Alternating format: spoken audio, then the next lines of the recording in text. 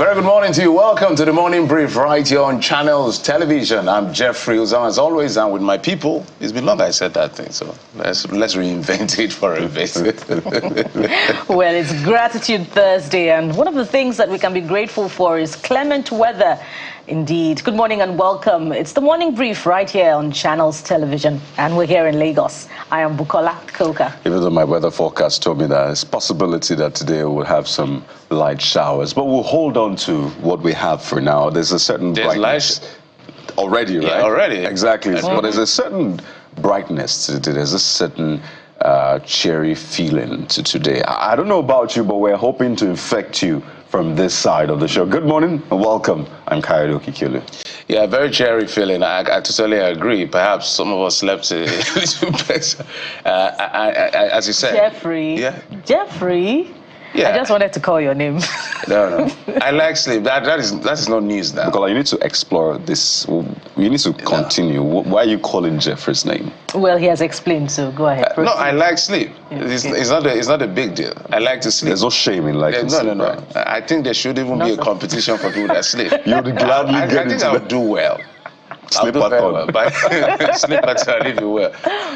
One of the signals we're getting in the country that is a bit disturbing is what we're following up in Edo State. The election's just about a few days from now, which is just next week, Saturday. And today they're supposed to sign that peace accord. But the governor said he doesn't see this game looking like a fair game, and is accusing the police of being biased and all of that. So that the PDP, in his view, may not sign that peace accord. I'm sure they're having that conversation as to ensure that everybody signs the peace accord. To a large extent, does the peace accord really mean much? Well, it maybe plays some role. But if the governor says he's not going to, if the party is not going to sign, it's because he's also speaking for the party. It's a very concerning development because the drums of war that has been beaten since this election has been approaching is not really a good thing. The election should not be war at the end of the day. Election should be like going for picnic. You have your candidate, I have my candidate, they've made their cases. On the day of the election, we go and, cast our vote and wait for the Independent National Electoral Commission to make the call. But across board, there has been accusation, counter-accusation. In fact, the police had to make a statement yesterday about a gentleman who is a spy police. Police has clearly said, look, we train these people, but they are not under our employ.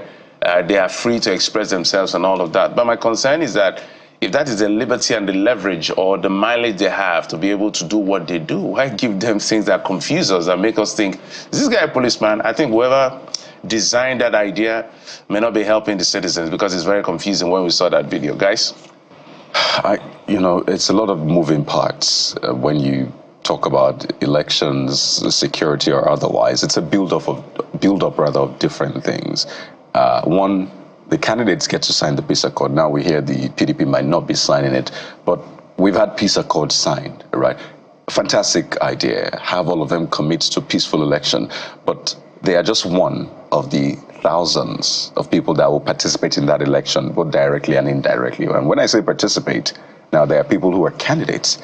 They are the supporters. They are those who are the militia, in quote, and this is what we've seen. And that is where my concern usually lies. While we have a candidate signing the peace accord, you don't have the supporters or those who will be on the streets signing the peace accord. In fact, they don't even know about any peace accord. And most times, the candidates do not have that sort of control over them. In fact, most of the candidates say, they're my people, let them do their thing as far as it benefits me. And this is a buildup of, one, a lot of people not participating in politics. Imagine you were a member of a party and they told you, go out there and disrupt voting, go out there and cause mayhem. You think twice and say, no, I wouldn't do that. But a lot of people don't participate in politics, partisan politics at that level. So what you find out is it's an all-comers affair. So either touts, the so-called hoodlums and all of that, they are the ones who wear the T-shirts and the face caps. And when they tell them, come on, go and disrupt something, they go without thinking twice. So that's on the one hand. The second point is the fact that poverty, unemployment has been weaponized illiteracy has been so weaponized such that you have that ready army. See what we saw during the End Bad Governance protest. It was shocking, seeing a lot of young people on the streets waving Children, different flags. Exactly. And they were asking, where are these people from? And we said, no, we've been rearing these children from years ago. We are just seeing the fruit of our labor, or the lack of it, right? So it's a lot of moving parts coming together. Yes, the solution will not happen today, but we need to start thinking beyond just elections and know that whatever it is we see during elections is a build-up of things that we have failed to do as a nation, particularly as a government in the past. Is there anything significantly different, about elections that we're seeing now in the Edo elections? I mean, just a few weeks ago, I recall that incident when the deputy governor and a governorship candidate of the APC seemed to arrive Benin City at the same time, and there was shooting. A police officer was slain. I, in fact, saw a video where a young man was shot and he was, in pain. And the video lasted for about 30 seconds. So the point is, this seeming desperation is what characterizes electioneering campaigns, election seasons, accusations flying about between opposition and leading ruling parties in the state, until our politicians, toe a different path and adopt a different disposition towards elections. We're going to continue seeing this pattern, ahead of elections. If there's intimidation and harassment that is being deployed towards members of certain political parties, we must ask what's at stake. As Kade said, there are certainly moving parts to elections, and there are patterns that are questionable. If the people do not adopt this desperation, who are the youths that are being used by politicians, to foment trouble ahead of elections? Just a few weeks ago, we saw the UK elections. In fact, people were going to work and the elections went on smoothly. So these are the issues that must be addressed. If not, we'll be back again at this same table, saying the same things, discussing the same topics ahead of elections. At the end of the day, let peace reign, because we just want peace. That's all we're asking for. Let peace reign. And the people that hold the edge to that, particularly not just the citizens, law enforcement and INEC. If we fix INEC and law enforcement, we're going to make a lot of progress. But let's tell you what we're doing today. We will continue from where we stopped yesterday. Our eyes are still on Borno. I'm talking about Maiduguri, that flood that ravaged that metropolis and neighboring local government area. We understand that about 1 million people have been affected by what you're seeing on your screen, according to the state government. And the federal government has also brought in some level of intervention fund to help curb the challenges that are being faced. But what has to be done for this not to happen again? Because we look to be reactive than proactive a couple of the times. Those are the conversations we'll be having today with the people in the know. And relatedly, we move away from that to look at something that just may be similar.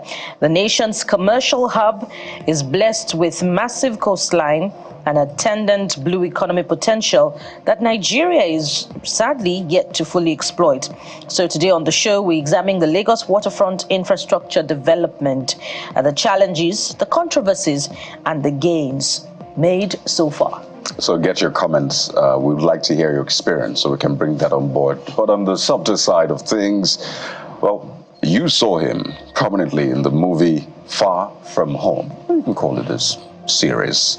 Now, model and actor Natse Jamide says acting for him is for life. So he joins us later on the show to speak on how he intends to navigate the path, all of the attention he's gotten, and what he's working on right now. So absolutely, it's what we're going to be looking at today, just a lineup of the many things we'll be looking at today. But more importantly is that you will be part of the show. You remember how we do it? Go to X, social media of choice, send your messages, CTV Morning Brief, hashtag CTV Morning Brief. Drop your comments, we'll look at it and amplify your voice right here on the show. And as soon as our WhatsApp number is up and running, we'll let you know. Okay, that's the WhatsApp number. Messages and videos only. Do not call. Those are the numbers. As soon as anything is happening in your area, let us know. and we'll help you make some sense right here on the show.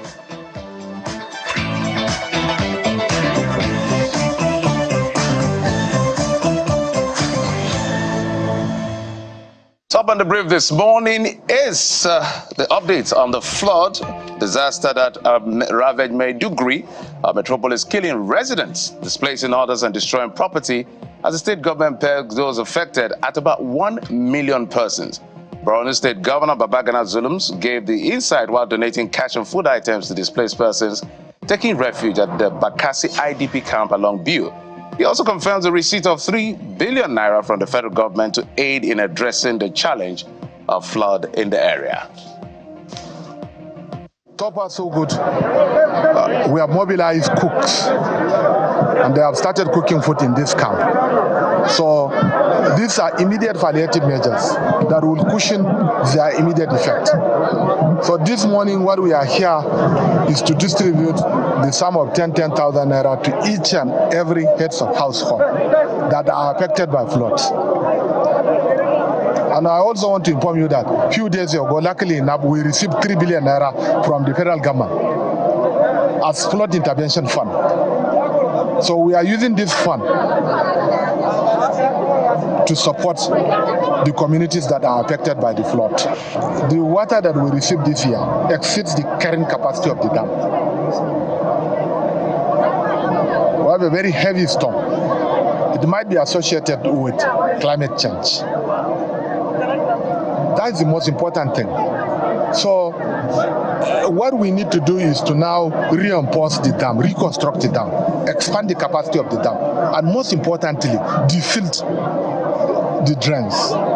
Because most of the waterways were occupied by human beings. If you can remember a few years ago when I was sworn in as the governor of Borno State, I followed all this route and I asked people to bucket on the waterways. But unfortunately, people don't heed to our own advice. Very, very concerning and disturbing sight from Maiduguri, Borno State. But we hope that the intervention will go a long way to address the challenges. Let's move on now. But still staying in Borno State, the federal government is in search of about 286 inmates who reportedly escaped from the Maiduguri Medium Security Custodial Center following severe flooding in the city. However, the Minister of Interior, Mr. Olubimutunji Ojo, has also visited Maiduguri to assess the flood impact on the facility. A statement from the spokesperson of the service, Mr. Umar Bubakar, disclosed that the federal government is working to evacuate the correctional center and assures that the service is working with sister security agencies to take necessary measures to ensure public safety. Let's move on now from there to tell you that the chairman of the Independent National Election Commission, INEC, Professor Mahmoud Yakubu, says the commission is also set, or is all set for the Saturday's governorship election in Edo State. That's next week. At the stakeholders meeting in Benin City, he says the sensitive materials are ready and will be deployed next week to the central bank, highlighting how 2.6 million people have registered to vote for this election. The stakeholders meeting of this nature is convened on the eve of major off-cycle governorship elections, jointly addressed by the INEC chairman and the Inspector General of Police. For me in particular, this is the third time I'm addressing stakeholders on the eve of governorship election in Edo State. I was here in 2016, I was here in 2020, and by God's grace, I'm here today. The purpose of this interactive meeting is to brief political parties and candidates, as well as accredited election observers, the media and other stakeholders on the preparations for the election. In particular, the Inspector General of Police will address us on security preparations, while I will address you on electoral preparations. And together, we will respond to issues and concerns you may wish to raise. Well, on his part, the Inspector General of Police, Kayode Egbetokun, assures on the readiness of the force to ensure peaceful election by deploying massively in synergy with sister agencies. He warned that what he called the quasi-security outfits and non-security state security actors, or non-state actors, I should stay off and remain banned during the elections. I urge you to adhere strictly to the rules and respect the electoral process. Let us collectively foster an environment that upholds democratic values and honors the will of our people. I assure the residents of Edo State that we are fully prepared to safeguard your safety and security throughout this electoral process. Your right to vote is sacred, and we will protect it.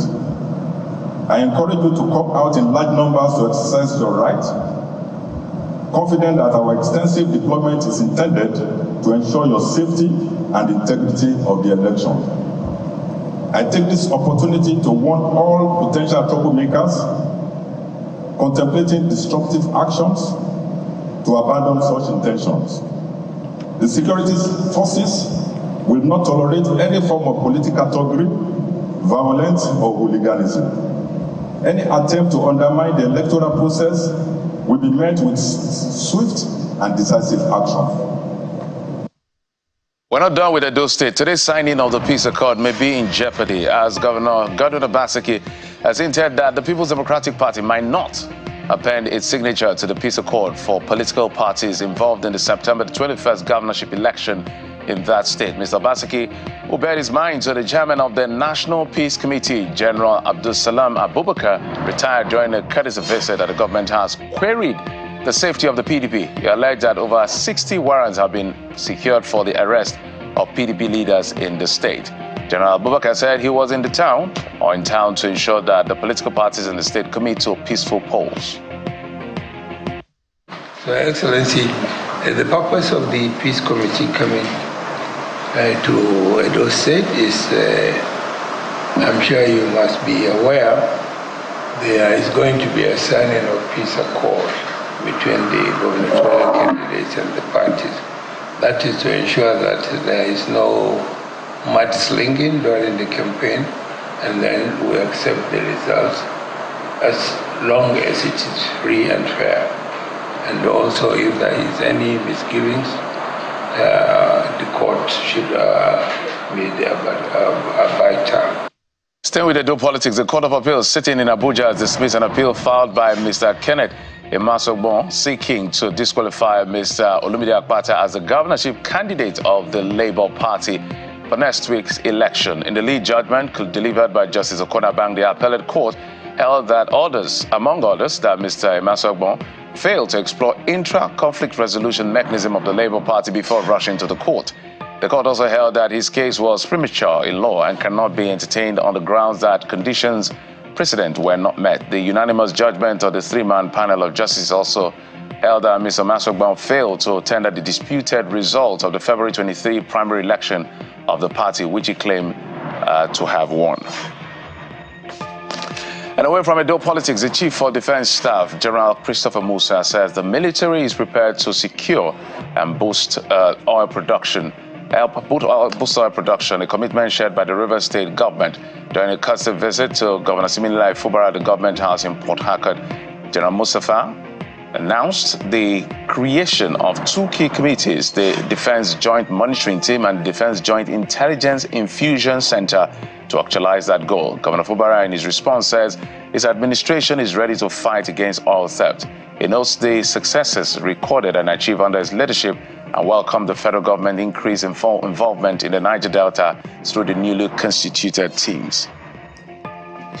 In the world of business, Nigeria has recorded a trade surplus of 6.95 trillion naira in the second quarter of 2024, reflecting the country's strong export performance amidst a slight decline in overall merchandise trade. This surplus marks a 6.60% increase from the previous quarter, which recorded a surplus of 6.52 trillion naira. In a foreign goods statistics for Q2 2024 by the National Bureau of Statistics, Nigeria's total merchandise trade in Q2 2024 stood at 31.89 trillion naira, representing 3.76% decline compared to the preceding quarter, that's 2024 first quarter, but marking a 150.39% rise from the corresponding period in 2023.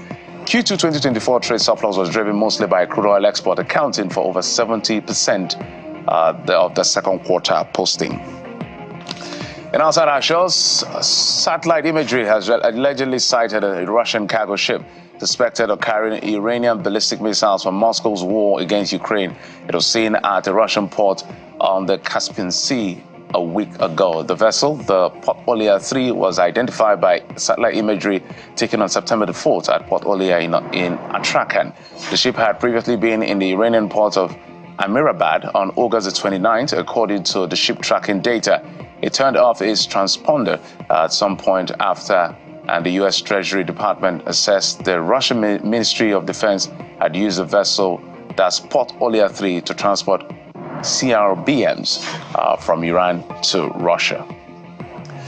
In sports news, let's highlight some explainers from the FIFA window, where the Netherlands manager Ronald Koeman says he removed Matthias de Ligt at halftime during a 2-2 draw with Germany to protect Manchester United defender. De Ligt had a poor outing against Bosnia and Herzegovina prior to Tuesday's match, using an expletive to describe his performance in the Nations League. The Netherlands defender then somehow handed Germany a route back. So a route back to the game with a misplaced pass where they were held up to a 1-0 up. Well, those are the stories we've been tracking for you, say, in the last 24 hours. Will form part of our conversation for the day, and some we've already highlighted at the beginning of the program. But Bukola joins me now to bring you some of the things you've been talking about on our social media of choice, which is X. Bukola. Yes, hello again, Jeffrey. And one thing that never seems to go out of fashion as far as conversation on the internet is concerned is economic hardship. And Nigerians are talking about that this morning as well. But we start from Borno State this morning, where, of course, we have a serious humanitarian situation on our hands. Millions have been displaced. Over, is it 300,000 now are said to be in IDP camps. But what are you saying this morning? Let's start from Emmy, who says, okay, this is specifically about 280 inmates escaping from the correctional center. And Emmy says, ha. It begins with an exclamation mark. How do they really manage the affairs of the country? Dangerous people like these are held in a place that could be dislodged by flood. Are we carrying out any risk assessment at all? Yaya Abba says this is scary. So all the Boko Haram inmates that are being held there have disappeared. We don't know who the inmates are, but they are prisoners. And we're told that some of them are very dangerous. But the Minister of Interior has said that the situation is being tackled as we speak. There's also Yaya Abba, who says this is scary. So all the Boko Haram inmates that are being held there have disappeared? Well, we don't know about that. All right, Vala says, are they expected not to flee? I guess that's what you wanted to say. Even the prison staff have run for their lives. And, well, I guess that's it. You forgot to take from Patriot Sentinel, who says, just in a few words, residents should look out as some people are criminally minded. And that is very correct at this point in time, particularly with floods receding and most structures being abandoned. People may just want to take advantage of the situation. Okay. Well, we go to the next talking point, which is still about Maiduguri. And this time around, it's about flood victims being trapped on the roof of a house. And Amaka E is the first person speaking. And they say, I'm worried about that place collapsing, given the number of people standing on it. I think I understand that there's a video, part of what is going on in Maiduguri. So we'll take a look at that video. Yes, so that's the situation these people have found themselves as far as this issue of the flooding is concerned. So you can see literally just sitting across, just directly opposite their houses and watching nature's wrath taking its toll on their property. It's a very sad sight to see. I think what is particular about this video is that the people we're seeing here are seated on the roof. On a rooftop. On the rooftop. And there are concerns about their weight on the rooftop. We don't know how strong this particular roof is. So that is where they found themselves, just trying to make the most out of the situation, just sitting there and just wait to see how things play out. But whatever intervention that can be sent to them, it has to be right now, like yesterday. So let's get some of your thoughts as well, Mr. Wise. Say no human being deserves to live in such condition. And Adegoke says, what's the rescue team doing? They should be on duty in search of many others trapped in buildings. Famous Cole said, would love to help in rescue situations as such. Realistically, how many people can swim across with the size of the water? I guess that's what we wanted to say. I encourage people to learn to swim, especially for days like these when nature brings the pool to you. Wise words there. And this next talking point is about the End Bad Governance protesters who have been granted bail to the tune of 10 million naira. Of course, their sureties must also possess properties and they must submit their passports. Very tough bail conditions. As a matter of fact, they've been charged with treason, and one of the charges is about them declaring war on the country, something to that effect. Well, the first... them trying to unconstitutionally change government. There were 6 charges. McDonald Mukoro says, where will the money come from? People that are hungry, will they have to protest if they have the money in the first place? Okay, life is a blessing. You say if they had 10 million, they won't be on the street to protest. And Teslim says payment of 10 million naira on protesters is just ridiculous. Taking this country back to the military days. How can a government try to silence protesters? So silence protesters. People have criticized the government or the judiciary, if you will, to say this is more like going around the law, not trying to break it. Because why would these guys raise this money in the first place? If they had it, would they be there? So, well, the law, they say it's the law. Let's see how it plays out. But we need to rethink things a lot in our country. But if there's a crime committed, the person has to face the courts. The next talking point is about the president reacting to the current petrol price hike. And this time around, he was speaking during an interactive session with Nigerians in diaspora in China, to be specific. And of course, the president says tough decisions must be made for development. Olabisi Law is the first speaker, and they say PBAT, as the president, should, as a matter of urgency, ameliorate this pain. Your Excellency, sir, you are not popular on the streets again. Policid, I guess, info said the hunger in the country is nothing to write home about. Everything has escalated to a higher extent. The price of items in the market is now more than average masses in the country, let alone to compare what the poor masses are witnessing in this country. Federal government should take drastic decision to curb this ugly situation before it results to something else. I believe we can't say that enough. The next speaker is Sani Aminu, who says, Mr. President, stomach infrastructure is very important too. Yes, we acknowledge the fact that infrastructure is key, but only well-fed and healthy people use infrastructure. I still don't regret supporting you, but you have to soften some of your policies. I beg. Well, let's see. Well, I think enough has been said to the president. He's the president of the Federal Republic, so it's now his decision to make how he wants to run the country, what legacy he wants to leave behind. But we will continue to tell him the truth of how bad the situation is, constantly saying they are difficult and all of that. But Nigerians have never seen any president in their history who had promised a better life and really give them a better life, at least in this republic. So what is different? Huge points to think about there, yes, Jeffrey. None. Everyone has increased one thing or the other. There's been one increase to the other. And they always do it to say it's going to be good. Just bear. Austerity measure and all of that. And the question is there a specific method to the madness? What's the strategy? When will Nigeria exit this wilderness, so to speak? Big question for the leaders to reflect on. Yes, we'll continue to remind them. Okay, that's the much we can take as far as your thoughts are concerned. We'll go on a quick break. When we come back from that break, our very first conversation, we'll take you back.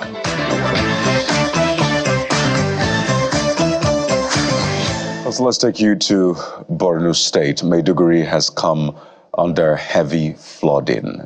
We have more than 1 million people affected, according to the government, and it's a very sad image coming in from Borno State. I mean, look at that. Come on. I mean, that will get anybody concerned. Now imagine the people who have to leave their homes, leave their livelihoods, seek refuge, some of them on rooftops, some other people in schools and the rest. So this morning, we continue with our coverage of the humanitarian situation in Maiduguri, the Borno state capital. And we have joining us on the show, the Director of Planning, Research and Forecasting at NEMA, Mr. Onimode Bandele. He joins us from our Abuja studio. Welcome to the Morning Brief, Mr. Bandele. Thank you for having me. Good morning. Well, I'd like us to begin with the latest figures, and I'm talking about displacements, perhaps houses submerged, fatalities. I would like to get the most updated picture of what is happening right now in Borno State, and who is in better position to tell us than NEMA, who's leading the emergency response in this one. Thank you very much. It's really unfortunate that the incident in Maiduguri happened, but we must commend the federal government for taking very quick decision, and the effort of the state government too cannot go unnoticed. You saw the Vice President with the DG NEMA, and with full complement of the state government too there. As of this morning, over 400,000 households are being held in 9 camps, and the search and rescue effort is still ongoing. The agency, that is NEMA, has called for more reinforcement. When I mean reinforcement of local divers, we have had to mobilize resources like engine boat from neighboring state of Yobe. The disaster response unit of the military too have been activated to assist in the evacuation of these people. You will notice that the water has started receding, but the latest report we got this morning is the people who lives around 505 and the DSS quarters are still trapped, so effort is ongoing to get these people out. These camps that have been established, NEMA is helping to coordinate and manage the camps. Means have been provided by the agency. As I speak to you, other materials, food, non-food items are on their way heading to Maiduguri, including medicaments. Yesterday too, my DG was able to talk to the Presidential Committee on Flood Relief and Rehabilitation, who has equally promised to mobilize resources to the site. All right. So we'll say Mr. Bandele, today. Pardon me, we'll get to some of the measures being put in place, and that is a very important part of the conversation. But just to clear the preliminary issues around the numbers. So in terms of fatality as well, how many deaths have been recorded? We understand that corpses were being retrieved yesterday. So speak to us about the number of deaths recorded as a result of this disaster. And in terms of your response, do you have helicopters? We understand you're getting boats, but do you have helicopters? Because aerial view would really help. If you have, how much of it do you have? What more do you need in terms of that? So fatalities and your response. Do you have aerial support? Does NEMA have a functional helicopter? Those are the questions we'd like you to speak to as well. Yeah, thank you very much. Concerning fatalities, I spoke with the zonal coordinator in Maiduguri. Equally, I'm in touch with the DG of SEMA in Borno State, who confirmed that he collected 4 body bags to be used for people who died. So there are still conflicting reports of fatality, because some people claim that the flood that occurred exhumed some bodies from burial sites that we cannot confirm until water recedes very well to see if actually bodies were exhumed. And for area coverage, I must tell you right now, we are working in close partnership with the Nigerian Air Force. NEMA helicopter is presently with the Nigerian police, but even area support will not help in this place, because the helicopter will need a place to land, and everywhere is inundated with water. So what we are doing with the military is the use of heavy equipment, trucks, to get the people who are stranded to safety. And it's been working, it's been helping. The state government too has mobilized trucks to help people who are stranded to get to safe haven. That is what is ongoing right now in Maiduguri. So sorry, Bukola, I'm wondering, you said helicopters, because that looks like the fastest way. Helicopter, they don't need to land. If I understand how these things work, if it's properly, we've seen a rescue mission where these helicopters go over the head of the people, and then they release ropes to them and, you know, do what they can to get them into this helicopter. Those are the kind of measures. Is that not possible? It's possible, but these are not explored in this situation. It's not explored, and why is that? Like I told you, that the search and rescue helicopter that we have in the country is with the Nigerian Air Force, and we are in close discussion with the Nigerian Air Force, and I'm sure in the next few hours to come, we'll update you with our tactical response in using area assistance.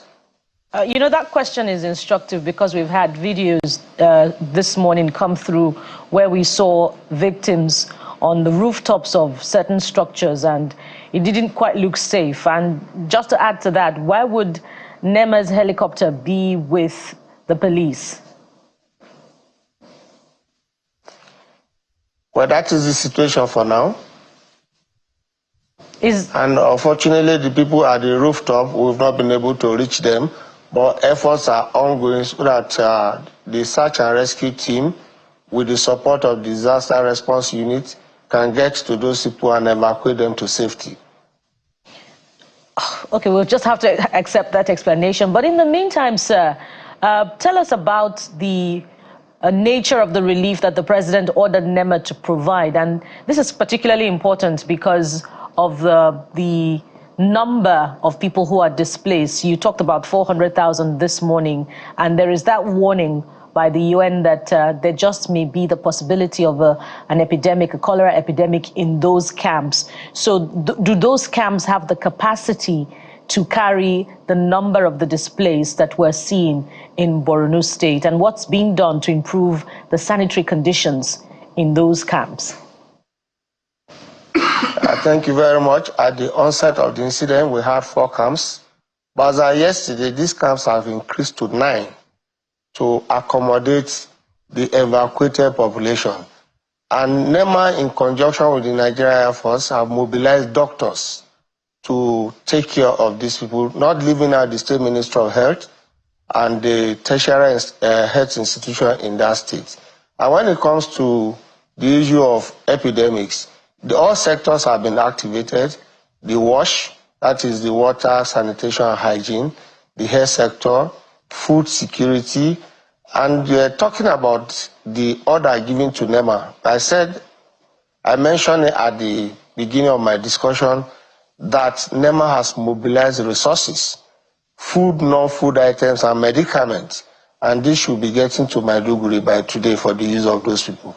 So the saying that there could be epidemic, yes, when you have this kind of surge that is unexpected, it carries with it a lot of debris.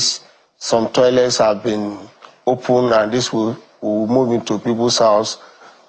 Because we are aware that drinking water is going to be a problem, NEMA has mobilized its own asset. We have water purification plants that have been mobilized to Maiduguri. These plants can provide drinking water within 5 minutes, no matter the source of water.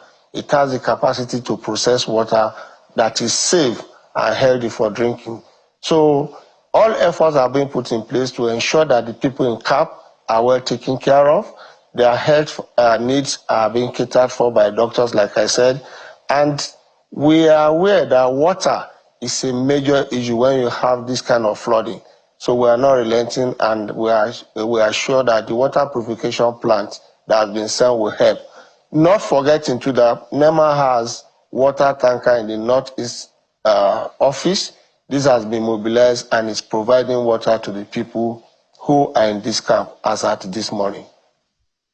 Because the fear now, as NEMA, as you've said, is a fear of waterborne diseases. So imagine people who have had to grapple with insurgency, getting a semblance of life back, and then this flooding hits them. And while they're grappling with the flooding, trying to, make sense of it, get to safety, depending, waterborne diseases staring them right in the face. And you just wonder, just how much more can the people of Borno handle at this point? I know a lot of people have asked, why are they getting rice yet again? And that has been some sort of debate online, that it looks like government throws rice at everything. Anything happens, there's always rice in the mix. Maybe you want to speak to that on the rationale behind the trucks of rice that they're getting.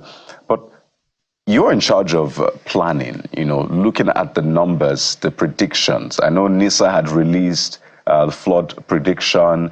I know that NIMET also does its bit.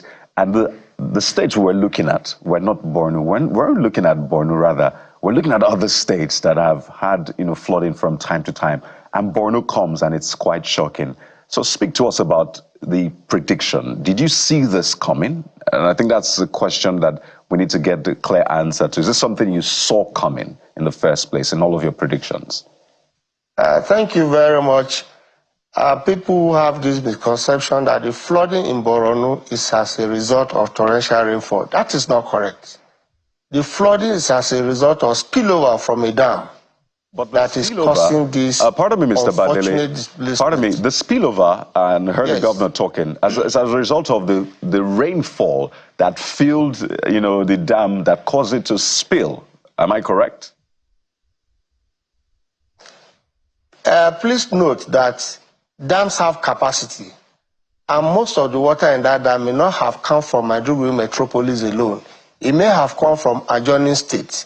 But unfortunately, because of the siltation in that dam, the carrying capacity became low, and they had to spill that water. It's unfortunate it happened, but when you are talking about prediction, nobody has predicted that the dam is going to break.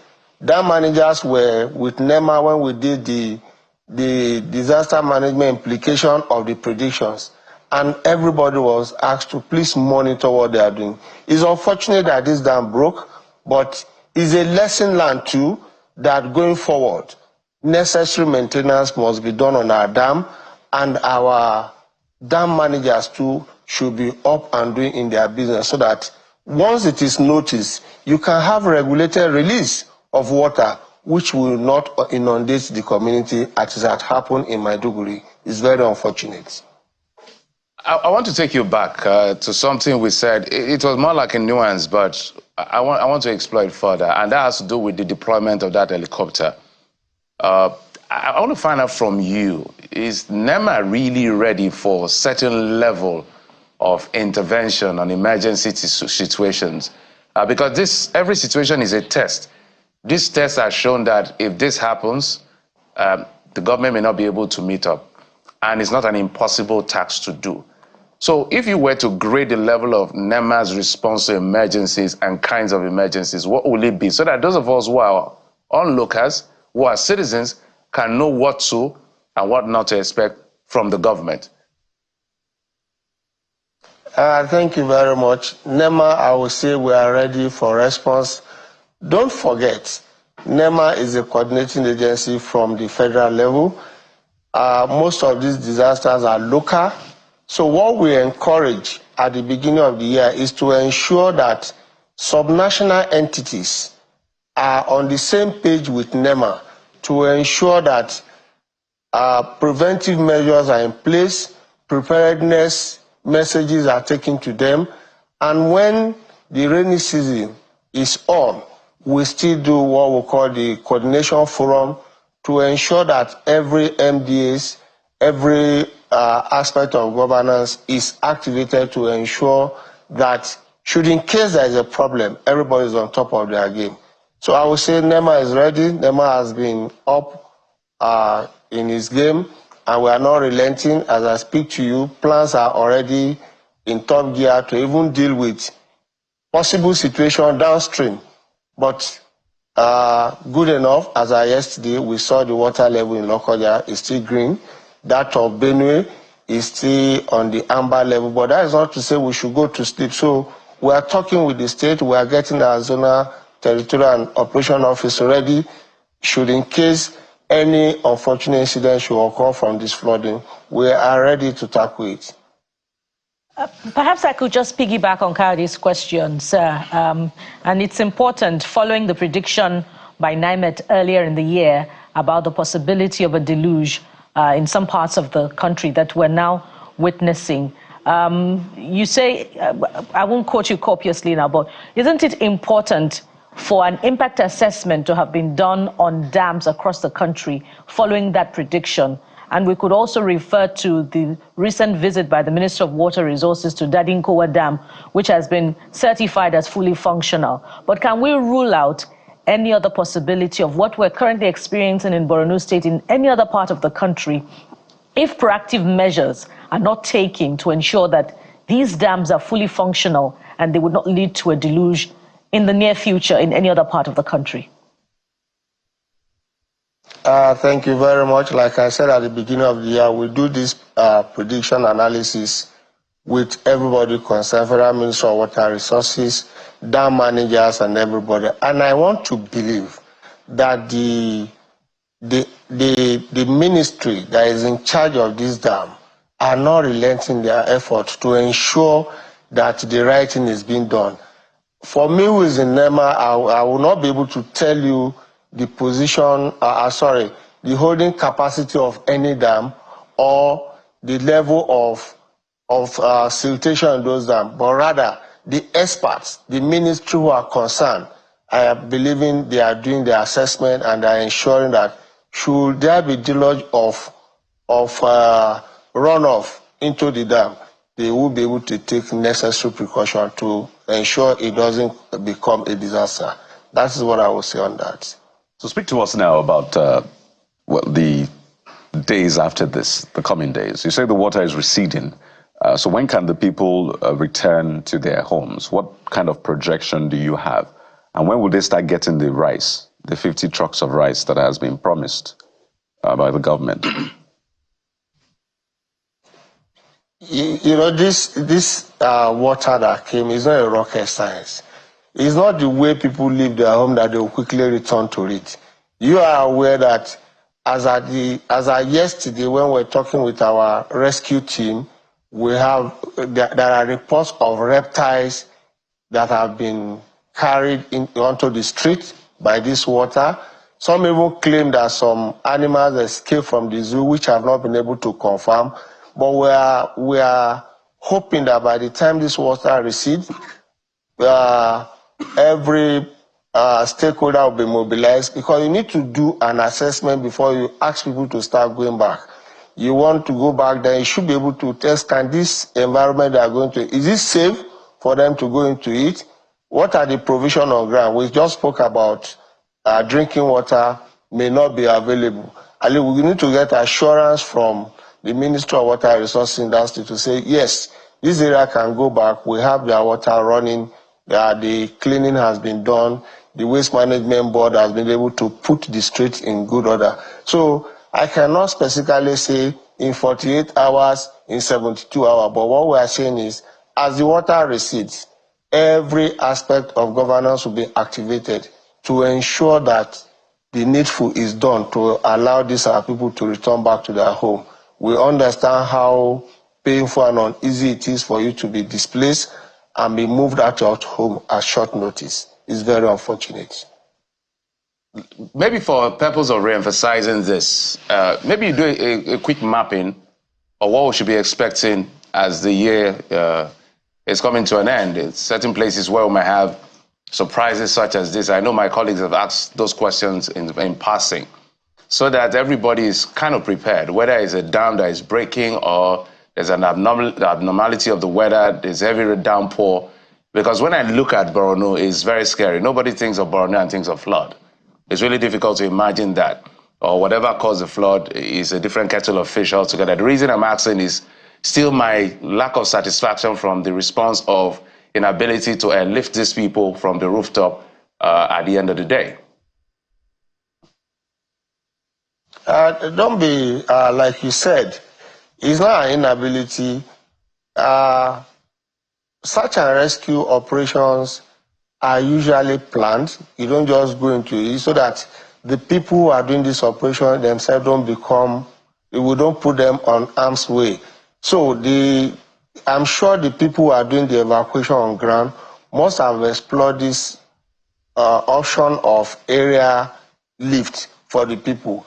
And they may have thought that for now, it might not be the best option. However, since you brought it into public domain, I'll quickly get back to the search and rescue team and see possibility of an airlift of stranded people, especially those people that are said to be on rooftop.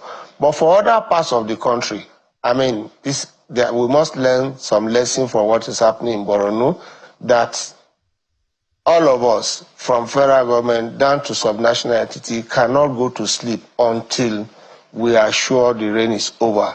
Climate change is a reality. The pattern of rainfall has changed, and the flow from flash flood in urban city too have really shown us that, look, anything can still happen this year. But we are believing that if it does happen, all hands are on deck to deal with the situation, especially in downstream states of the southern part of the country. And of course, we're here to give you all of the support that you need. But Nigerians and the people of Borno would like to know two quick things. We have 30 seconds. One, when are they getting the rice promised? Two, when is NEMA getting the helicopter back from the police? I didn't tell you that we are getting the helicopter back from the police. I said we are exploring working with the Nigerian Air Force. Mind you, we have an Air Force base in Maiduguri, No, you said which that will your be helicopter cheaper and is with the faster for us police. to deal with. You said the helicopter It's currently of NEMA with the police. is currently with the police. So are you getting it back or it is gone? Yes. I wouldn't say it is gone. That will have to be a decision that has to be taken by top management, not me. And for the truck of rice, movement on the road is not what you can determine. But if you give your contact, I meet your person in Abuja, as soon as this truck start arriving in Maiduguri, right, I will surely get to you. And you can reach out to our zonal coordinator who is on ground in Maiduguri. He will give you information as the need arises. All right. So is the police using it for rescue operation? What exactly is going on there? Come again, please. I didn't get that. Is the police using NEMA's helicopter, which is meant for emergency services? Is the police using it for rescue operations or for what exactly is going that on? Helicopter is a medical evacuation helicopter. So right now it's with police, and I'm sure it's undergoing some kind of maintenance for it to be useful for the purpose for which it is. All right. Mr. Olimode Bandele, we'd like to thank you so much. I mean, it's just sad to hear that NEMA doesn't have a helicopter that is functional. Olimode Bandele is Director of Planning, Research and Forecasting, NEMA. We're here, as I said, to support you. All of the things you need, because who knows, it might be someone else tomorrow that needs that emergency response. But thank you for your time, and we wish you the very best. Thank you very much for having me. I will not relent in ensuring that you help us carry the message of hope to Nigerians. Thank you and good morning. Good morning. We'll take a moment now. When we return, we'll turn our attention to Lagos State. You don't want to miss this conversation. Stay with us.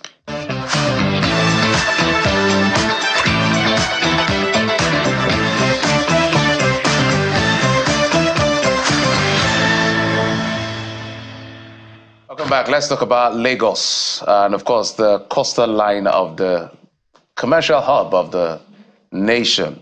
And there's a lot that happens. And when it comes to that coastal line, we believe that a lot can be done to exploit all of the potential it has, from blue economy to tourism and all of the value chain that can come from there. That's why Lagos has a ministry called Waterfront Infrastructure Development, and the commissioner for that ministry is here with us, Mr. Kundayo Alebiosu. He joins us in our Lagos studio. Thank you, sir, for coming on the program. Thank you for having me. Good morning. Good morning. So let's begin with some of the elephants in the room. So I was looking up a few things as far as your ministry is concerned. So let's speak to some of them before we look at the basics, which has to do with the Okwaja Waterfront scheme in Ethiopia. Okay. And we understand that about no fewer than 200 property risks being demolished and all of that. You know, when stories like this come, there are so many angles to it, and everybody maybe cherry picks what is the real information. So this is an opportunity for us to hear from you as to what this is, because at the end of the day, people will say, I bought this property, I got approval, and nobody spoke to me.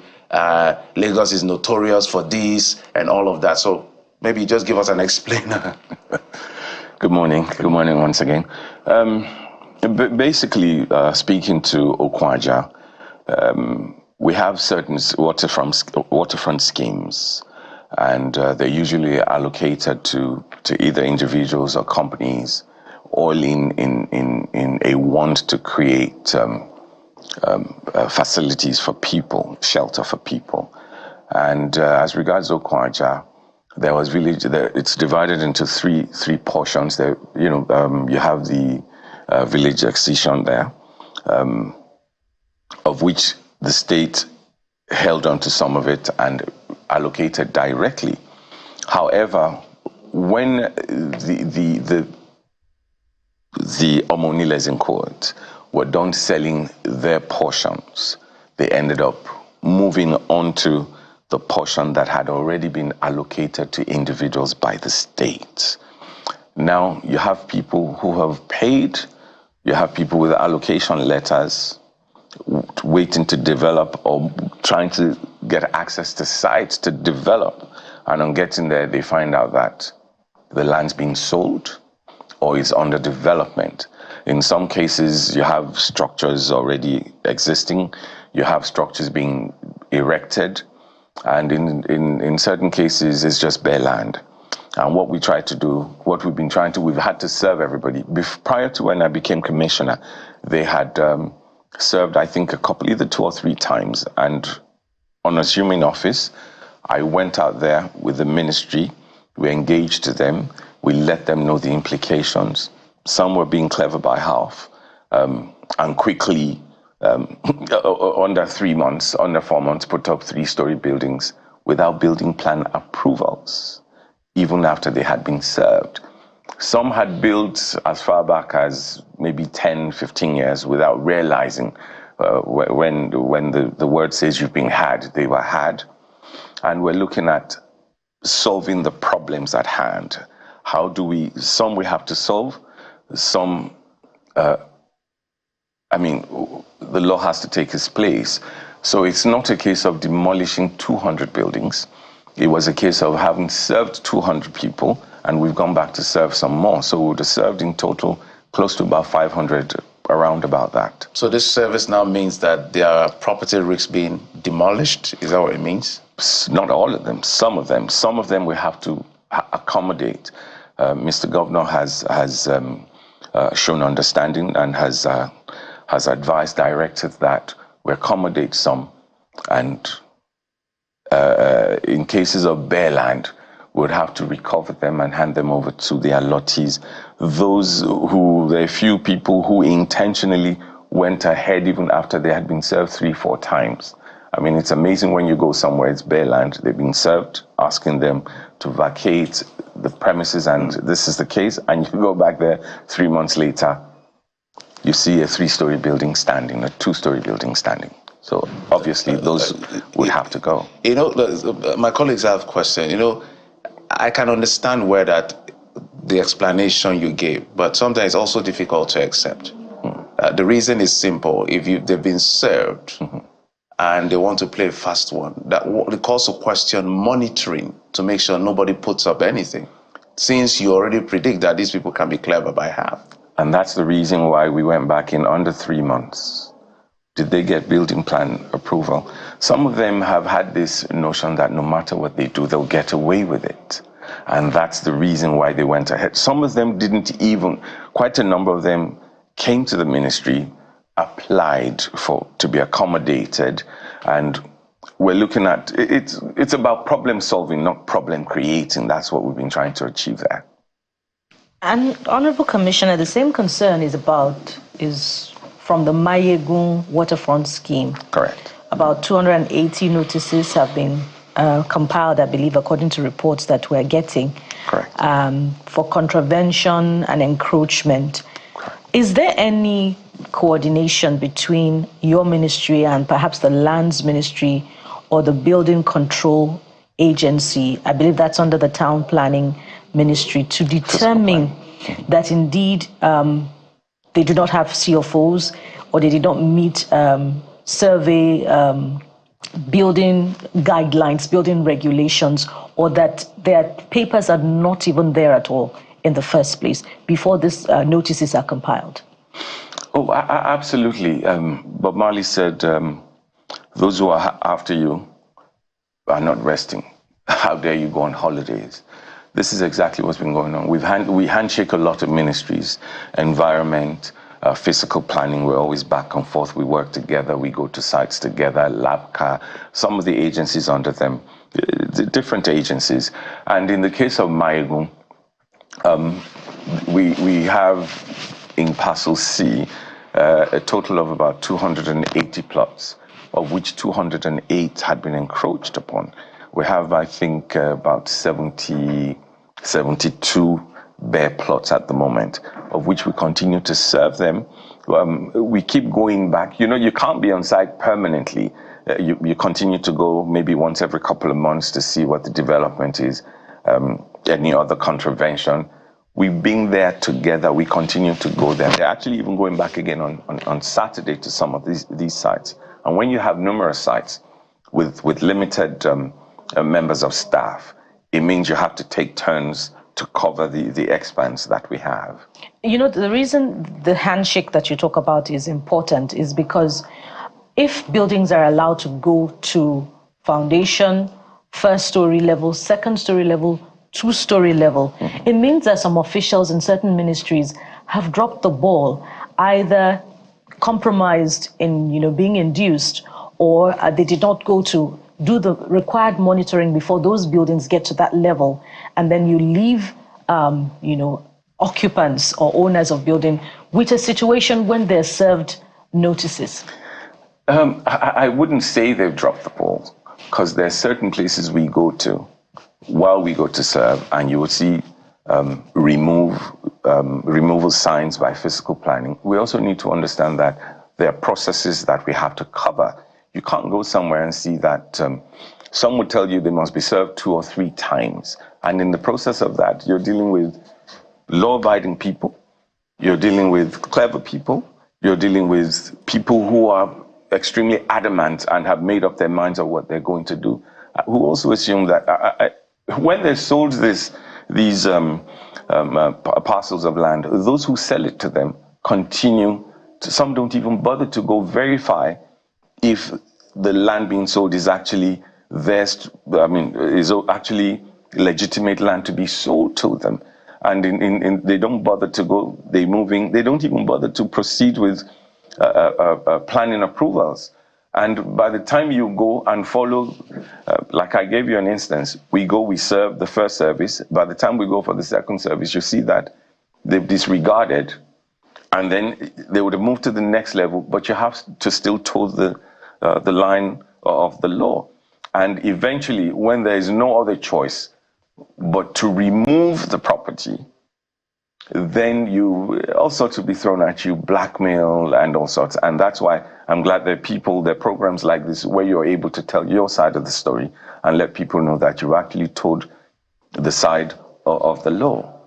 Well, let's push this further, and it's good to hear your side of the story. Your ministry, I know there's a lot of talk about development, real estate and all of that. Understandably, it's very viable and it's good. But your ministry is also in charge of ensuring the environment is well protected, basically to mitigate ocean surges, flooding. We're seeing what is playing out in Borno State, and I just want us to flow into the Lagos situation. Correct. Because you're seeing what is playing out in Borno, and you're thinking, Borno was not on the radar for a lot of people when it comes to flooding, and now it is big. Lagos is consistently on the radar. Some parts of Lagos under sea level, as it's said. So, correct. Can you vouch that your ministry, particularly for this year, because this year is just getting started when it comes to flooding in Lagos, because we have not gotten into October and November, can you vouch that your ministry has protected the environment well enough that we won't see the kind of flooding we've seen in the past? I imagine we've learned lessons. So are you vouching that, aside development, real estate, your ministry is doing that core function of protecting the environment to mitigate flooding in Lagos? It's important to, first of all, state that we come with 110%. Excuse me. And secondly, you're fighting forces here, forces of nature. Sometimes you have no choice. You have to be proactive. Sometimes you have no choice but to be reactive. You deal with what nature throws at you, unexpected things nature throws at you sometimes. But I'll look you in the eyes and tell you that I can vouch to that. As we speak, we've been monitoring what's been happening on the coastal side of things. The lagoon is pretty calm, and we need to understand what are the causes. What are the causes of these issues? We're dealing with people who deal in illegal reclamation. When you mess around with nature, it always will fight back. You're dealing with, there's nothing wrong in reclamation, it's always been. But the issue is with illegal reclamation and indiscriminate reclamation. Now, that's on the side of the lagoon. On the side of the Atlantic, look at what happened with the Bar Beach side of Victoria Island. Victoria Island was practically gone. It caught the state off guard. But at the end of the day, there was a solution. And what was the solution? The solution was to look at where things were 100 years ago and to reclaim back there, look at what the cause was, and see how you can manage things for the next 100 years. Now, when you look at a place like the Netherlands that's below sea level, you find out that there are certain areas where they continue to reclaim on a regular basis. Coming back to your question, we need to understand that it's not enough to do your best at anything, but to know what to do first before you do your best at it. And that's why we have engaged, we're in talks with certain consultants and who are very knowledgeable, who are experienced in these area of things. And we're just waiting for the T's to be crossed and the I's to be, the dots to come on the I's, so that they can properly advise on what to do. And then we've actually even gone as far as talking to international agencies who are willing to fund the studies, part fund the studies, and part fund the project as we speak. So let me just rephrase that. All of this work that is being done clearly cannot meet up with this year's flooding. So my question is, have you done enough to ensure that the flooding that will still record this year, by the way, we've recorded some in the early part of the year, correct, but the one coming, September, October, November, are you vouching that you've done enough to ensure that what we'll see in this coming months will be way lesser than what we've seen in the past? We've done a lot. We've done enough. And like I said, sometimes you can be proactive, and sometimes you have no choice but to be reactive. We're talking forces of nature here. Nature will not always tell you what it's going to do, and in that case, you can only react. But in the case where we're able to predict what is to come, then we prepare for that.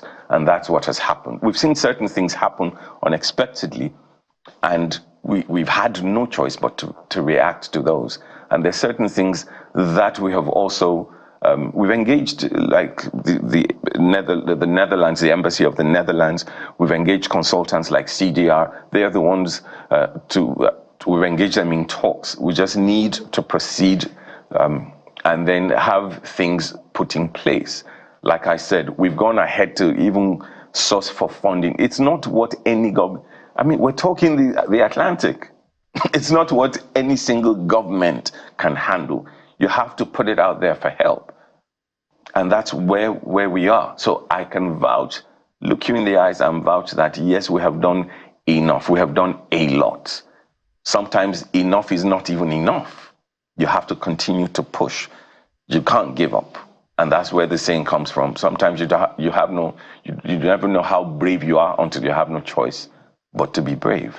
The reason we're pushing on that particular question, because things like flooding, in terms of occurrences, not in terms of measure, is like pregnancy. You know it's 9 months naturally. It's going to come. Correct. Except something goes wrong in the process. So we expect that, as far as Lagos is concerned, given the terrain of Lagos, these are expectations. But what we've seen so far, it feels, which is why you're here to give your own side of the story. It feels like year in, year out, despite whatever effort, excuse me, is being made by the Lagos state government, is not enough. Because as soon as we see some level of water or rain, let me use the right word now, not even the ocean surge, just some level of rain, and you see people posting on social media, and you see videos like, okay, what's the idea behind all of this? And it's such a terrible and sorry sight. And these are highbrow area. People pay loads of money to live here for whatever reason why they want to live in those places, even when they know these are the challenges. These are the reasons why we want you to speak authoritatively and vouch competently to these issues. Fantastic. Now you have even cleared things better. I was addressing coastal erosion. Now maybe I have heard you clearly. I have even heard you better. You're now talking about flooding. Now, I can speak a little to that, but the best person to speak to that would be Tokunbo Wahab of the Ministry of Environment and Drainage. Now, does flooding happen? Yes. How long does the water stay for? It comes within a matter of minutes. It's gone. And that's why he's not sparing buildings that stand in the way of these drainages. And yes, sometimes, for those who do not understand, it will be seen as Lagos State is being wicked, they have no feelings. But the fact of the matter is, he's not demolishing buildings that are properly situated. He's calling for the demolition of buildings that block drainage channels. And we need to understand that we have a network of drainages. If something happens at Jibo, if the drainage is clogged there, if it's linked, if the network is linked to this location, and if it's a highbrow location, it definitely would happen. But the fact is, how soon does it drain? What used to happen for water to be on roads and things for days, weeks, isn't the case. Within a matter of minutes, it comes, yes, we get flooded, and within a matter of minutes, it's gone. There's work in progress. But Tokunbo Wahab will be the best person to speak further and much more authoritatively on that. I hope you're not going to say the same to this question I'm about to ask, because I'm asking on the supposition that there is this, yet again, handshake across ministries. Absolutely. In the state. Many would ask that what is the wetlands policy of Lagos? What list do you have? Has this list been published to those who need to know, such that they can advise developers, those who want to purchase land in those areas? And how are these wetlands being protected? Because according to them, it's not enough to publish don't build order, because some say that it's convenient for the state government to say to those interested in land purchase, don't build here, don't buy here. But when government wants to use that land for themselves, then that doesn't suffice, and as a result, it's just an abuse of power by government, which is customary. It's important that we understand that talks would always fly here and there. Starting from the handshake, there's certain certain projects we will not clear until we get a sign-off, like drainage clearance, environmental impact assessment, and things like that. Once the Ministry of Environment says no, it's a no-go area, number one. Number two, wetland is wetland. Again, we're dealing with people whose drive is about financial remunerations, it's about making money. They're hell-bent. They do not have an understanding, even though you continue to explain to them. And that's why at the end of the day, some buildings have to be brought down. When you say when it comes to government officials, I wouldn't think it's an assumption. I wouldn't think it would be nice. My mother owns petrol stations, and they knocked it down. She's still waiting for compensation. They didn't spare it because she's the mother of a commissioner for waterfront infrastructure development. But a lot of people don't know these things, but assume and put those words out there. That really isn't the case. Wetland is wet. We actually discussed these at the ESCO, I think it was 2 ESCOs ago, where the wetland is wetland, no change in its use. Wetland must be kept and retained as wetland. There's a reason why God created it like that. So we shouldn't change it, we should let things be. So do we have a list? Perhaps you can educate our viewers. Oh yes, there's a list. If you go and you chat, if you go to the office of the Surveyor General, it'll let you know this is wetland. You can't mess with it. You can't do anything here. Can you identify them? That isn't my forte. Tokumbo Wahab would be, because that's environment. It's like asking me to come and speak on issues of Ministry of Health. You know. Interesting. Well, we as journalists, we fight for people, whether highly placed or, as they say, masses. I would like to pick this case up. If you say your mother's filling station was demolished, when was it demolished? Where? And who do we speak to for compensation? Fantastic. She ran the Oando at Maryland. It's no more there. If you look on the other side, Mobile was there, Maryland. It's been demolished. She was at Oando. She's had to move. You can go verify. You can confirm that. So who needs to pay compensation? And who do we knock on the door and say, hey, you need to pay this compensation? Now, I'm not a shareholder in her company. That's up to her to deal with. Not from a company point of view. I mean, government, which of the agencies in government, and this is important. People, it could be your mother, it could be any other person. Usually it's lands. It could be my mom, it could be Jeffrey's mom. Fantastic. Usually it's lands. There's actually one we're dealing with right now. I'll give you an instance at in Koshofe, between Koshofe and it's called Odogun. There was what you call global acquisition. And the role of government is to pay compensation. We're meant to put up a scheme to provide for residential issues. But now we have different families coming up. We have about 4 families saying this belongs to us. We have the CFO, yes, but government issued CFO. Government can revoke CFO. And we're saying, government, we have to go on with this project. Government is ready to pay compensation, but you guys are in court. When the courts identify who this belongs to, then you can come. I had to talk with the Attorney General to say, listen, we can't just hold on this project. We would have failed in the delivery of what we promised. And he said, go and speak with the Permanent Secretary of the Lands Bureau, and we actually have a meeting tomorrow on this issue of compensation.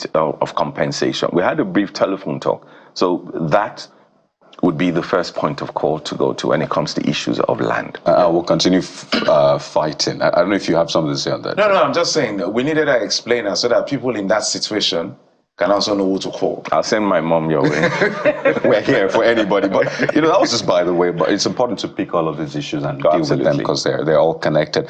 But, Amnesty International, who I'm very sure you've had interface with them, or at least you've read a letter or two or, publication from them, they put out a statement quite strong, saying the Lagos State government forcibly evicted thousands of residents from their homes between July the 24th and August the 1st, 2023, with over 7,000 buildings burned or demolished, while 30,000 residents had also been evicted from their homes in the Otodogbame community between November 2016 and April 2017. We're just talking about Borno and what displacement does to people and how they're finding it tough. Are you aware of these numbers? Is it something that the government, because it's not enough to give eviction notices, particularly to communities that have been there for years, for different reasons, either for development or for environmental reasons, but also you look at you have the human face and say, you may need to move from here if there's good enough reason, but what happens next? So in terms of these people that Amnesty International has put out there, what is your ministry doing? Usually when these reports come out, you'll discover that a side of the story the report was based on one side of the story. I've had about 2 or 3 cases where certain things were put out there, only for me to get a phone call saying, well, this report came out on so would you have something to say? And my response to that was, I would have expected a balance before you even put it out there. But now you want me to react to what's already out there, to play catch up. Like I said, we've had to. I still have the legislature on me. We've had to serve the first service, the second. I do not act without my head of legal advising me on what to do. And by the time, in some cases, they say, why have you stayed this long? It's because we had to go through those processes. And 9 out of 10 times, those affected do not own up to having been served, to having gone through those processes. They say, oh, they just came in the middle of the night and they demolished. However, there's a governor in America who overnight just decided that he didn't want certain people in his state, put them on the bus and he sent them back to another state. What happened is he would know better if he went through those processes. We don't know. But we continue to read about things like this. However, I can assure you, I can guarantee you that even Mr. Governor will not. Which governor of the state will? Is it the current president when he was governor? Is it a Fashola who's a lawyer? Is it who? Even the current one continues to. He's very particular about strict adherence to the rule of law and so you're saying this report by Amnesty International is not true? I disagree. They were properly served. They went through all the stages before they were evicted. I mean, I'll give you an instance. When you drive on the third mainland, it's looking amazing, it's looking beautiful. I've received so many phone calls saying that there are encroaches on water. We need to also understand that defecation goes in the water. The lagoon is what feeds us. The lagoon is where we fish from. The lagoon is where there's a lot of pressure on the lagoon. But at the same time, you can't just evict them. And that's why they have had to explain using that as an example. And I'm also using that as an example in this case. Well, we're going to go to the Makoko part of the conversation, but I know you laugh. Okay. But looking at what your ministry does, it feels like, correct me if I'm wrong. Yes, sir. It feels like you are like the fan of the aviation sector. More like you have to make our waterfront look attractive to the tourists and all the observers and all of that. Yes. So one of the things we like to do is some kind of an expose, so explain us as to what efforts have been made. Because sometimes if you don't talk, people don't know what you're doing. Then we can now query some of these efforts. So we know what Lagos holds. We know the controversy that greeted a landmark event center and all of the Lagos coastline issue, Lagos Calabar coastal road, and everything that has to do with all of that. So when you look at the Lagos coastline, what is the big vision and what has been done so far and where are we? First of all, it's not a compound question. First of all, we're waterfront infrastructure development. We develop these infrastructure and we hand them over to agencies. For example, when it comes to building jetties, I'll give you that as an example. It's like building a bus stop. You build it, you hand it over. In the case of bus stops, you build them, you hand them over to the Ministry of Transportation. And that's the same thing that we do. We're responsible for issues. I'll give you we were almost crippled last year by water hyacinth. Water hyacinth is usually a seasonal plant, but there's something happening out there that we've suddenly gotten to realize that it's here all year round. And upon assuming office, I'd done some research along with members of the ministry, and we wanted to know where it came from. It didn't just suddenly appear. But now we're realizing that does not work. We have to change our approach. We have to, rather than moving equipment from one area to the other. By the time you see it here, you get reported it's here. By the time you get there, it's already in Badagry. So we have to spread out and tackle it from the root, from those individual places. That's talking about water hyacinth. We're ready for that. We're ready to take that on and to make sure that what happened last day, we had issues of fire caused by water hyacinth. We had, I think it was fire and water hyacinth. Wow. Triggered by water hyacinth. We had boats, it messes up boat engines and things. And you're even unable to navigate the waterways. And you'd be amazed the number of people using our waterways as we speak right now. We're looking at upgrading some of the jetties that we met on ground, in some cases where they're outdated. We need to add some things. We're already looking at adding some pontoons to some to make sure that you can't say you have experienced life until you have lived it. We see certain things that we have to react to, and we also look at certain things that we have to prepare for. So we're on top of the game. We're pushing things. We're trying to make sure that everywhere is safe. And sometimes to achieve those results, you must appear, in quote, like you're a wicked person. It's not necessarily because you're a wicked person. It's just that you have the options you have. Sometimes you have none. None to turn to, but the toughest one. Just like Bukola will always talk about that handshake, I can see your ministry has a lot of intersection here and there. So how do you really assess that I did a great job? Well, the first thing is when you're able to reduce the amount of complaints out there, that's an indication of you being okay. I handshake tourism, I handshake physical planning, I handshake transport, I handshake environment. No, not perhaps, really. There's certain things we didn't have in place that it's now caused approvals to be a bit longer because I want to make sure that it's like going to a hospital. The doctor doesn't have to administer the injection. You do what you need to do, let the nurse do what the nurse needs to do.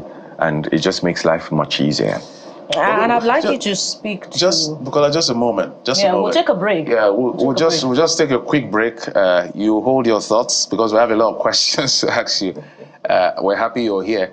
We'll take this quick break. When we come back, we'll continue the conversation. My colleague Bukola will throw in the first one. Join us again.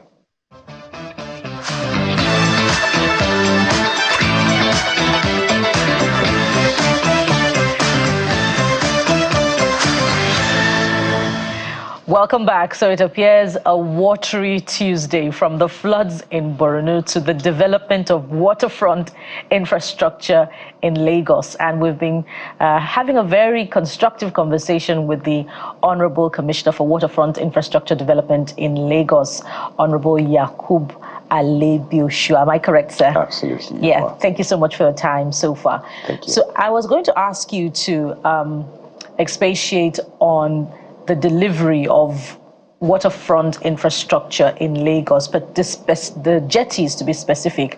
I recall that the governor had said that they were going to upgrade from 13 to 20. And while you're doing that, sir, there are some also that may not be particularly happy with you at this time. In May of this year, the Center for Human and Socioeconomic Rights, CHSR, was asking the governor to probe your ministry for cases of arbitrary award of dredging contracts. How do you respond to that? It's amazing. I'm glad you brought this up again. When you take decisions, you would always offend some people in some cases. It was barely 3 months after I resumed and that we had to take a decision on which of the projects, based on the limited amount of funds that we had to use. And then we had to, in some cases, break it down into which project is important, which project is urgent. And we had to take a decision based on that. But what's urgent to you might be important to somebody else. And of course, some were offended by it. I'm not a member of the contracts awarding committee, the board. I'm not a member of that. The only thing the only responsibility I'm saddled with is to get approval of the governor and to present it, and they take it from there. They introduced the contractors later. I got to know who the contractors were when I insisted on, I'm an architect, and I'm a bit of a meticulous person. I insisted on the quality of work. And I think another thing that happened then was that the project, when you look at the bridge, the extension from Okpebi to Ojota, so for intermodal transportation purposes, they decided to also dredge that axis from Maryland through to Oworonshoki. And by chance, I happened to live in Maryland. And they felt, oh, it was because it was my ward. And the question I asked is, why would I live in Maryland and want them to do a shoddy job in Maryland? It just didn't make sense at all. And it was meant to go through to Oworonshoki as a route, a shorter route. Eventually, it came, it was looked into. I found it amazing anyways, but I didn't want to be distracted. This was something that had been approved even before I got there. I just had to revalidate the approval. So I was amazed when I started to see those things. But then, you can only do what you have to do. You can't control everybody at the same time. The jetties now, the delivery of the jetties. Oh yes, there are some, again, because I'm meticulous, I've been accused of a few things because I insist on particular qualities being met. And I'm happy I have the support of Mr. Governor on that. He just listens to reasons, and where he disagrees, he disagrees. Where he agrees with you, he agrees with you. We're there. I think we're even working on delivery of four more jetties. We're just waiting for approval. It's gone through the system. We're waiting for feedback so that we can jump on the construction of those. Pardon me, Kadi, let me just quickly follow up on that. That's the 13 to 20 will require a lot of dredging. How is the state government balancing the need for the development of water infrastructure with sustainability? Because Lagos State has been projected to be, one of the cities beneath sea level, and because of the concern of rising water levels.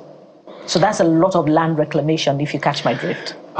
That's why, again, there's nothing bad in reclamation, really. It's the issue of indiscriminate reclamation, and that's why I've been going tough. I've actually explained and gotten the support of Mr. Governor on this. You'd be amazed that I'll give you an example. Dubai, after reclaiming Palm Jumeirah, ran out of sand and started to import sand from, I think, Australia. Now, there's a lot of pressure on our lagoon. It means if we run out of sand, we're going to be in trouble.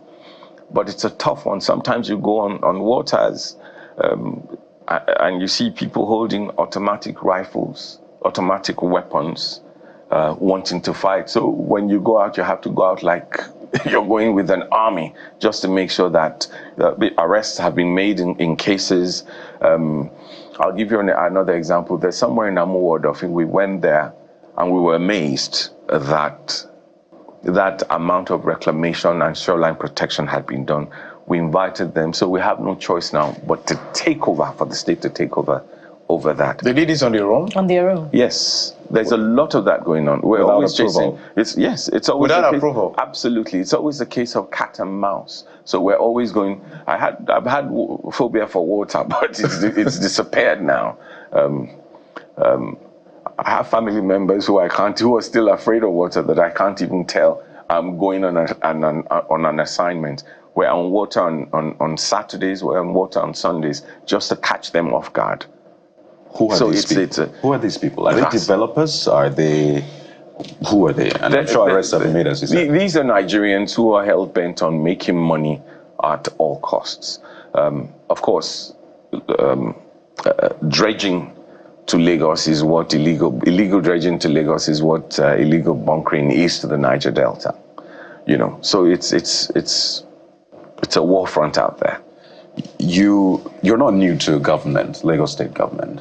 You are special advisor, special assistant to, yes, 21 years ago, yes. To now President Yes. Bola Tinubu, who has said that he tamed the Atlantic. And that was one of the campaign promises. I remember speaking to the people of Anambra, saying I tamed the Atlantic, and don't worry, the erosion here in Anambra is a small thing.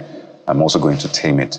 Well, we'll see how that plays out. But in terms of how that taming of the Atlantic is going, and you said that one government cannot do it, right? Are we still in a good position? Because Lagos is now said to be a sinking city.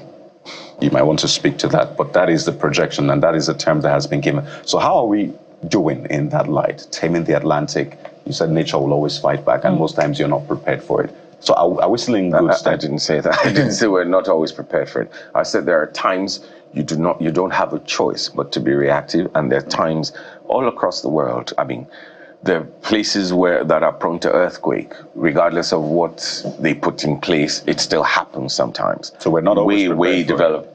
You can't always be perfect. It means you have to be perfect. And there's no perfect person. If you do not have perfect people, you can't have a perfect government.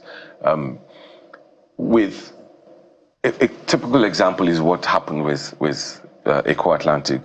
Victoria Island was practically gone.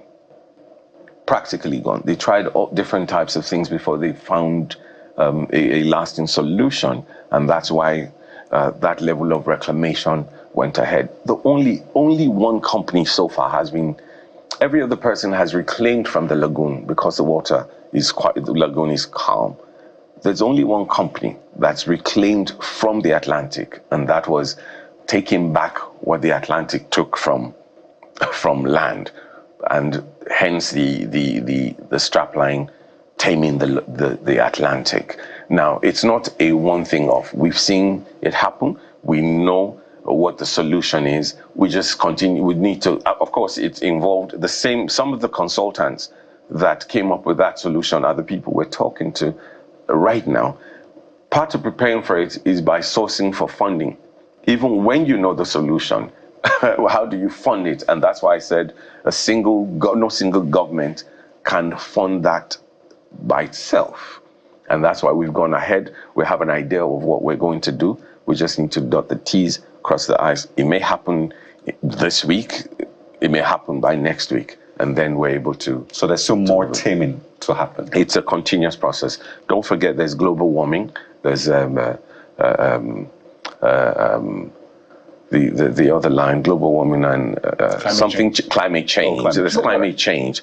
That's what nature throws at you. Unless God tells you this is what I'm going to do, you'd have no choice in some cases than to be reactive. So if you say you're not always prepared, it's how God designed it, not how man designed it. But what are the long-term consequences for all that reclamation? Granted, we understand that, you're taking back from the Atlantic what it took from it. Or what we took from it originally. I recall as a child, the bar beach was still further down into the sea. Now it's coming closer to us. But what are the long-term consequences for that in terms of climate change?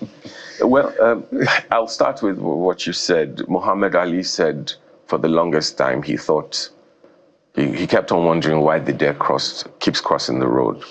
But he didn't realize that it was the road that cut through the forest. We didn't take, on the side of the Atlantic, it was the Atlantic that took as a response to different things. It took forever for us all. Even as we speak, some still do not believe there is anything called climate change as we speak. And for those who have realized, we now realize that we have to take this seriously. An example is what happened. And when they did that, what they did was to look at where the bar beach was, where the land was 100 years ago, and where it got to. So they had to reclaim back, like I mentioned, to that spot where it was, and see if it'll take another 100 years for it to come back. Like I'd mentioned, in the Netherlands, they spend millions and millions and millions of euros on an annual basis to replenish sand that's been dragged away. So if you see this as a political question, it's fine. Yes. Because as a politician. I'm a professional in politics. Yeah, oh, wow. But there's politics inside. Sure. The reason is that at the end of the day, I always look at what the end user perceives. Whether it's reality or not reality, it's a different kettle of fish. The issue of demolition, whether it's your ministry or environment or whatever ministry demolishing anything, this issue that you've raised about people being clever by a half, trying to be ahead of the government, I think this is one of the first times some of us are hearing that people even reclaim the much they reclaim, and government has to say, okay, this reclamation, there's nothing we can do. Let's just get it back and do what we can do to settle. So what level of technology is deployed to ensure that Lagos is ahead of these people that are bent on distorting Lagos? Because the narrative out there is that government is distorting the people's interests. Not at all. I mean, no, that is fact. That is perception. That people are even afraid sometimes to build in Lagos because they are saying, if I build now, maybe they'll come and demolish tomorrow. Government has to know that this is a perception, which is why you're here to relay that for us. So technology, how does it help? EGIS. That's why a lot of money has been spent on EGIS. Now, real life at EGIS, you can see what's going on in different parts of Lagos, and we've been getting tip-offs. We also have to rely on both technology and manual reports. My meeting was interrupted on Tuesday by the Commissioner for Physical Planning, who had called to say so what's going on, and immediately we sent people out to go take. Would really appreciate it. We have quite a number of letters reaching to us. Some people calling to say so is going on, and we act on it. That's why we have a monitoring and enforcement unit in the ministry. So if you see something, say something. Say it. There was a video that was put online. They showed a beach in a part of Africa. I wouldn't mention names. And said this could be Lagos, but this is not Lagos. I mean, you're driving on the road and you can see the beach. But saying Lagos, what you see is fence. And then you see boys. I'm sure you've seen that video. You saw that No, narrative I haven't, but I can. When would have beachfronts? Which is why I say it's like the right? fan. Which is why I say like the fan of the water. So the boys, the pollution, just, drive around and enjoy. We don't have to go all the way to Ekpe. You see, it's a cultural thing we're dealing with. It's a cultural thing we're dealing with. Okay. And what is culture? Is the collective way through which we look at things. And it's not, in some cases, a case of right or wrong, but how we see things. Now, I'll give you an instance. You're dealing with cases of erosion. People apply and say, okay, we want to, let's look after this area. They spend their resources, they spend a lot of money on the Atlantic side, and they replenish. They want to get their monies back somehow. So at the end of the day, they put a toll saying, you want to come enjoy this, you pay for so. It takes a bit of pressure off government in that area. But what I would love to do, what I'd love to see, what my plan is, I pray I'm able to achieve that before I leave, is to also have beaches along the lagoon. If you look at places like Doha, they don't have the Atlantic there, but they've had to simulate beaches there. It's where you can relax and things like that. Although we can't swim, the government, by the local government or by the private sector. Not necessarily. When we get to that bridge, we'll cross it. We're just really out of time. That river, we'll swim through it. No, we like the idea. It just would have asked you how much it would cost you to do that. So that, but we're here to support as much as possible. We'll plan it. If it's working, it's for all of us. If it's failing, it's all of us as well. So those of you who are responsible, always hold you accountable. Must thank you, Kundayo Alebiosu, Commissioner for Waterfront Infrastructure Development, Lagos State. Thank you, sir, for coming on the program. We appreciate it. Thank you for having me. Oh dear. We're not just done yet. Maybe I'll turn to Bukola on this one to start with some of the reactions that you've been sending to us. Bukola, what is the first one, if you will? Let's get here. Indeed. We have this first one from Freddie, who says, I share in the pains of residents of Borno State seeing flood waters wash off the zoo and almost every part of the state. Mongoru, Kiari Drive, and where I once stayed and visited hurts. I do hope the intervention of government gets to them swiftly. Now, take a look at this next one from John Network, and ties to the conversation we had with NEMA. It's a question, simple one. Why is NEMA's helicopter with the NPF? Don't we have a flood emergency in Borno? NEMA borrow NPF helicopter only to be applying to NAF. Now, don't get lost in all of the acronyms. NAF is Nigerian Air Force, right? NEMA is Emergency Management Agency. NPF is the police. So it says NEMA borrow NPF helicopter only to be applying to NAF to borrow one. Can anyone make this make sense? We asked him, and he tried to provide some explanation, but yeah. Apparently, they said NEMA may not have pilots. It's the Air Force that has pilots. But let's go to the YouTube. Mikeleni said, the good people from Borno State, I feel your pain and I hope things get better soon. Bola. Yes, this next one is from Mal Siraj Mashi, who says, the flood in Maiduguri is quite a tragedy which leaves many people homeless. I hope the government will respond positively to prevent its further occurrence, not only in Borno, but in the whole country. And Israel Ojo has a last one, saying it is very clear that Nigerian military and agencies are not trained to do emergency rescue, such as helicopters lifting people. This is bad and terrible. Well, there are trainings. We've seen these trainings time and again, but well, the reality is another thing entirely. So we've seen these trainings. Is it enough? Are we seeing it in reality? That's the question as well. Jeffrey. Absolutely. So that's how much we can go on the show, but don't forget, just in about 5 minutes or less from now, Sunrise Daily is coming up. At the top of the hour, I'm Jeffrey Zonga. Bye-bye. Well, if there's one thing out of this conversation, NPF, please return NEMA's helicopter. Thank you so much for watching. We'll be back again tomorrow. I am Bukola Koka. And I'm Kayode Fikulu. Well, we'll keep at this. God bless Nigeria. Sunrise Daily is next. Goodbye. Just keep borrowing each other. Bye-bye.